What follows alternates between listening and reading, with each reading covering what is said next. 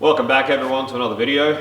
So today we've got a bit of time because I meant to have a car that was dropped off for a tune that didn't end up coming out. So with a bit of extra time I thought I would make a video just addressing a lot of the common questions that I get asked very often. So it's no secret that we're right into our RB30s here at Let Labs. We've done a lot with RB30s on the channel. And as such, I do get a lot of RB30 related questions. People asking about the motors, people asking about wanting to make power with the motors, and it's often the same sort of thing. So I thought I'd make this video and do a complete run through, a little bit of info about RB30s, what to look for, and if you want to make power, what you're looking at doing. And hopefully you can all benefit a little bit from it. And hopefully now I can direct everyone to this video that asked me those questions so that I don't have to keep typing out the same thing all the time, which makes it a little bit easier for me. So let's get into it.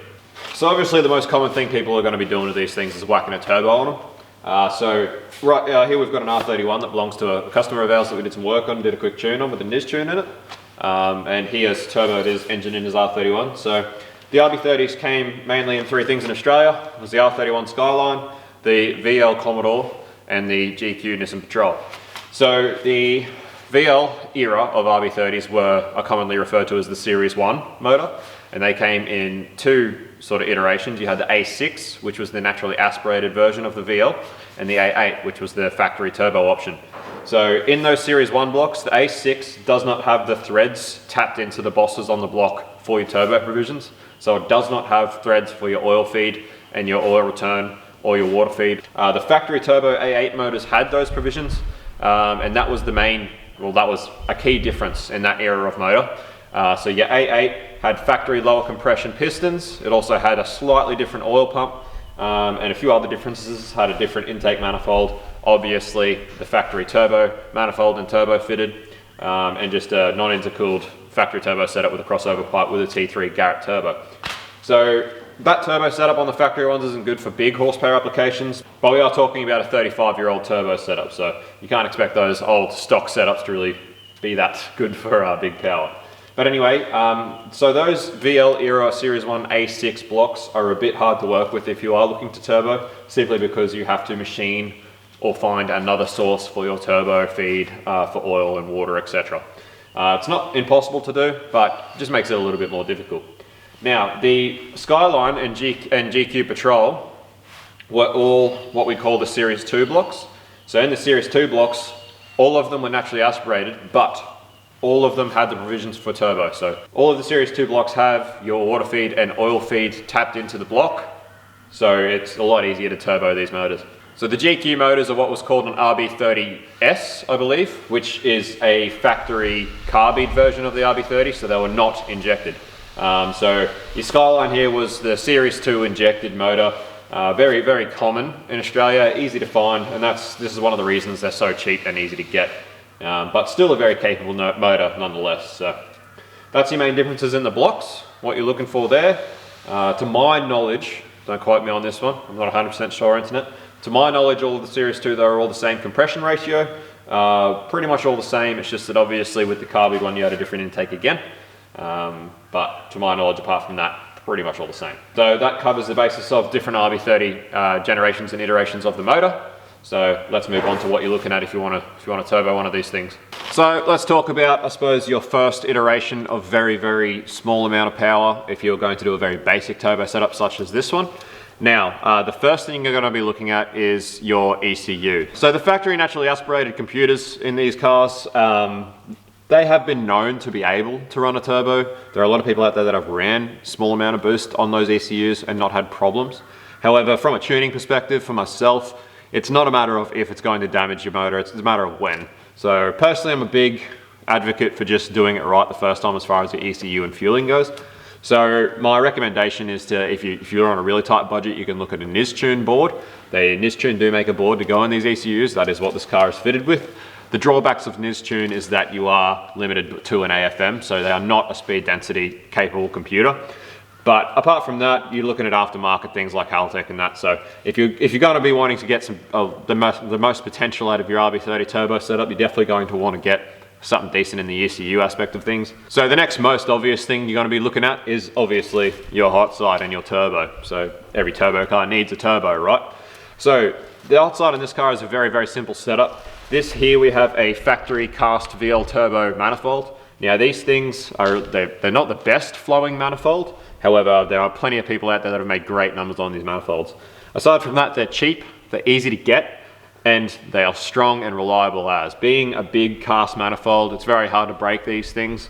They do tend to retain a lot of heat being cast, which can cause some issues, but overall, for a lower power application, these manifolds are absolutely awesome. As for your turbo sizing, you've got a 3-litre motor here. They are quite a big motor. They do love to breathe. So this particular car is fitted with a stock RB25 T28 unit, and we have pretty much run out of turbo at 8 psi boost. So this car makes just over 200 horsepower with this sort of setup. The turbo could be a little bit bigger. However, it's a cheap and readily available turbo again.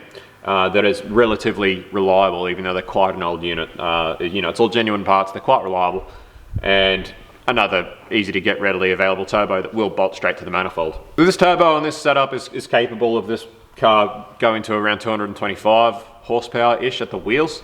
If you moved up to something like a 3076 or a 3582, you start to really open up the potential of these things. So something like a 3076 with a 0.8 rear housing, you're gonna see around that sort of 350 horsepower capability at the wheels, and then obviously your 3582, you got a bit more again. So put a decent exhaust on your setup, something at least sort of 3-inch all the way through. These motors, they love to breathe, they love to rev, and they are, I suppose, a fairly decent capacity, being 3 litres. So that good exhaust size is really going to let you have that turbo breathing and really unlock the potential of the whole setup. So your stock VLT AFM, if you went with something like a Niztune computer, is perfectly capable of handling up to that sort of 10 psi boost range. On this turbo at 8 psi, that AFM still got plenty of resolution for tuning. So this is quite a good example of quite a budget setup for that sort of power, that low 200 wheel horsepower. This has stock VL turbo injectors in it, which I think from memory are around 260 cc. So your stock NA injectors, they're a little bit on the small side for boost in reality, if you want to boost anything over sort of 6 pound. So you're definitely going to be looking at trying to get some better injectors. So once again, from a tuning perspective, much like the ECU situation, I'm a big advocate for, if you're going to get injectors, buy something decent. Buy a good set of high impedance injectors from a reputable shop that actually sell matched kits, because not all injectors are the same, even from factory. Places like Golby's Parts, they actually sell matched sets of injectors which are within 5% of flow rate, which from a tuning perspective is going to give you a much better tune and a much better motor at the end of the day. So the stock intake manifolds are perfectly capable of flowing big horsepower. We haven't really played a lot with going to aftermarket manifolds at all. Even when we do, there is a bloke on the Gold Coast by the name of All Performance Garage. He does modified stock plenums that he turns them into forward-facing plenums. They're a really good-looking plenum, and they maintain those really long runners, which help with the torque with the RB30, which is one of its real strong points. So his forward-facing manifold retaining those long runners definitely complements the torque capacity or the torque capability of this motor, which is why it's such a good motor to start with. So I would definitely recommend one of his forward-facing manifolds if you're looking to go in that direction. Alrighty, so the next thing you're probably going to be looking at if you're sort of looking at boosting and going for some more power is your ignition system on the RB30. So the RB30, being that it is a 35-year-old motor now, they are an old school single coil ignition setup. So this greatly limits your ignition capabilities.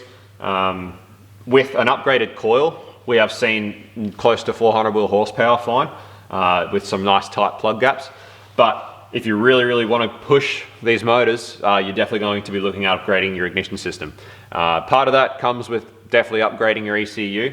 Things like your Niztune will not support your sequential ignition setup. However, if you go to a newer Haltech or something like that, you can actually convert your CAS to be just a trigger, and you can convert your ignition setup to individual coil setup, which gives you a lot more spark. So with that extra ignition, it allows you to run a lot more boosts and higher cylinder pressures, and that's pretty much where you're at. This stock single coil ignition setup with a good set of leads, and the right plugs gapped to the right size, you will be able to see sort of 16 psi of boost before it starts blowing out spark, I've found. So you're talking about sort of 320 wheel horsepower out of this stock ignition system before you have to start looking at upgrading a coil. And then once you sort of start pushing that 400 plus horsepower is when you really need to start looking at individual coil setup. Mind you guys, just a disclaimer, all of these, everything I'm talking about at this point is all with pump 98. I'm not talking about any ethanol blended fuels at this point. Obviously, a lot of this changes with ethanol blended fuels. However, most budget sort of setups for these things, I assume, will probably be still run on 98. Hence my idea of doing this whole video referring to 98 regular unleaded fuels. So I guess now if you do have one of these things and you are looking to turbo it and start pushing it a bit harder, I suppose we should probably talk about some gearbox options. So the stock R31 manual gearboxes and the stock VL aspirated manual gearboxes are the same gearbox, and they are both capable of around that sort of mid to high 200s before they start to get pretty unhappy. I tried it out a few times at 320 horsepower at the wheels. I pretty much started really mincing gearboxes. They were not lasting very long at all. But from there, the RB25 DET gearbox from the R33 is a much stronger unit. It's all direct bolt-in. It's a different slave cylinder and a different length tail shaft. However, it's quite a simple conversion to do. Those gearboxes are good for sort of up towards 500 horsepower. They're not unbreakable, but they are certainly a lot stronger than the standard RB30 units. So the RB20 gearbox, which is found in the R32 RB20s and the R33 aspirated R33s, I think, behind the aspirated RB25s. Sorry guys, don't quote me on this, I'm a bit rusty on all the old Nissan gear. So they are very, very similar boxes to the RB30 boxes found in the R31 and the VL, except they have different synchros. I think there are a few other small internal differentiations in the box. However, they're basically the same box as far as how strong they are, at least.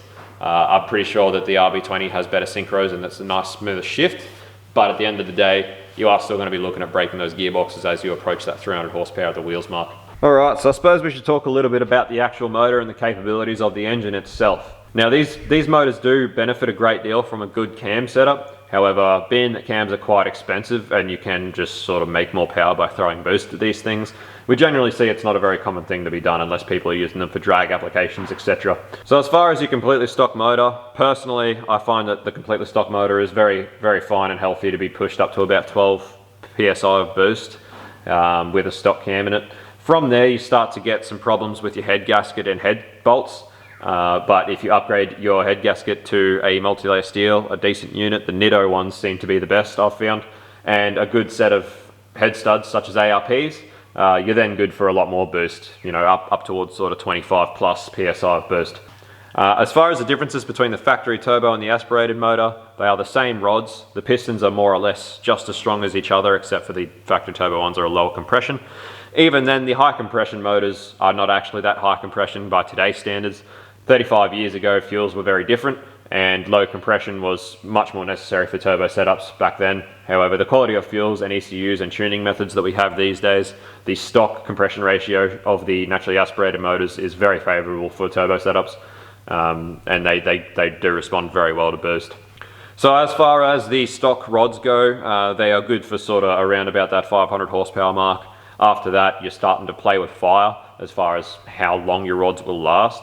Tuned correctly with a nice tuner at 500 horsepower, you can make them last quite a while. But again, it's one of those things where it's more of a matter of when, not if, they're going to let go.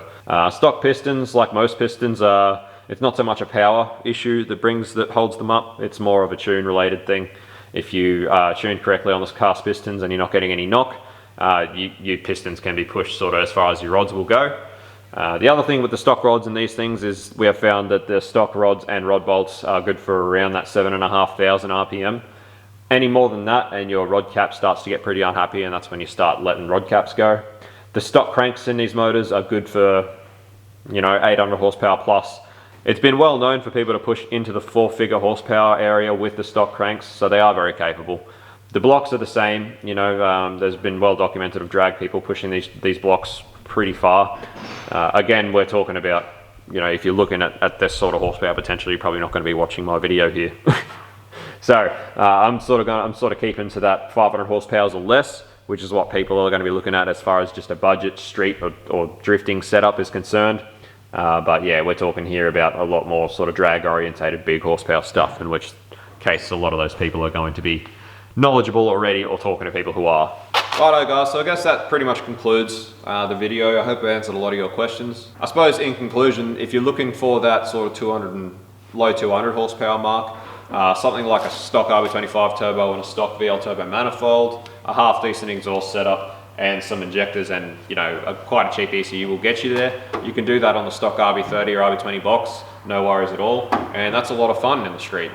You know, these cars are quite light, and, you know, 250 horsepower is pretty fun if you can get sort of towards there. So if you will go to something like a 3076 or say a 0.8 AR on it, and some decent injectors and a better ECU, and, you know, a decent sort of 3-inch exhaust system. If you're staying with a MAF, you know, a MAF tuned ECU, you could go to something like a Z32 or an R35 AFM, and that way you're sort of looking at getting up towards that 300 plus horsepower mark. You know, you're looking at sort of 15, 16 pound.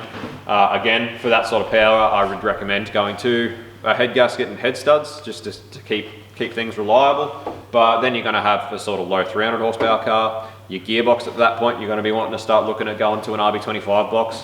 And then, you know, once you've got an RB25 box and some head studs and gasket in here, with that sort of hot side setup and some decent injectors and a good ECU, you got yourself a low 300 horsepower at the wheels car all day, every day. And that amount of power in one of these things is a lot of fun. A lot of people these days get hung up on the horsepower figures because there are so many people out there making big power now. It's very common these days to make big power out of a lot of cars. But trust me, when you're actually driving one of these things on the street, 320, you know, wheel horsepower is a lot of fun. So from that point, if you want to go to big power, you're starting to look at upgrade your ignition system. You're probably going to want to go away from the cast manifold to something that flows a bit better, something like a 6-boost or even just a custom-made high mount. Something like a 3582 with a 0.8 or a 1.06 AR, and yeah, definitely some better injectors. And then you're starting to look at unlocking the potential of 500 plus horsepower. So as with all turbo systems, you're going to want to get yourself a decent intercooler. Make sure you cool that intake charge, keep your intake temps down, keep your combustion temps down, and obviously things like fuel pump, adjustable fuel regulator are all a must as far as your turbo setup goes. And obviously you're going to want to buy a clutch that's appropriate to the power goal that you're trying to accomplish. So I hope that answers all of your RB30 questions about these motors and pretty much what you look at upgrading to get to where you want to be. We've certainly played with them a great deal and had a lot of fun with them over the years. They're a really, really fun, cheap motor with a lot of potential. So thanks for watching. As always, smash like, smash subscribe, and we'll catch you on the next one. Peace guys, catch you later.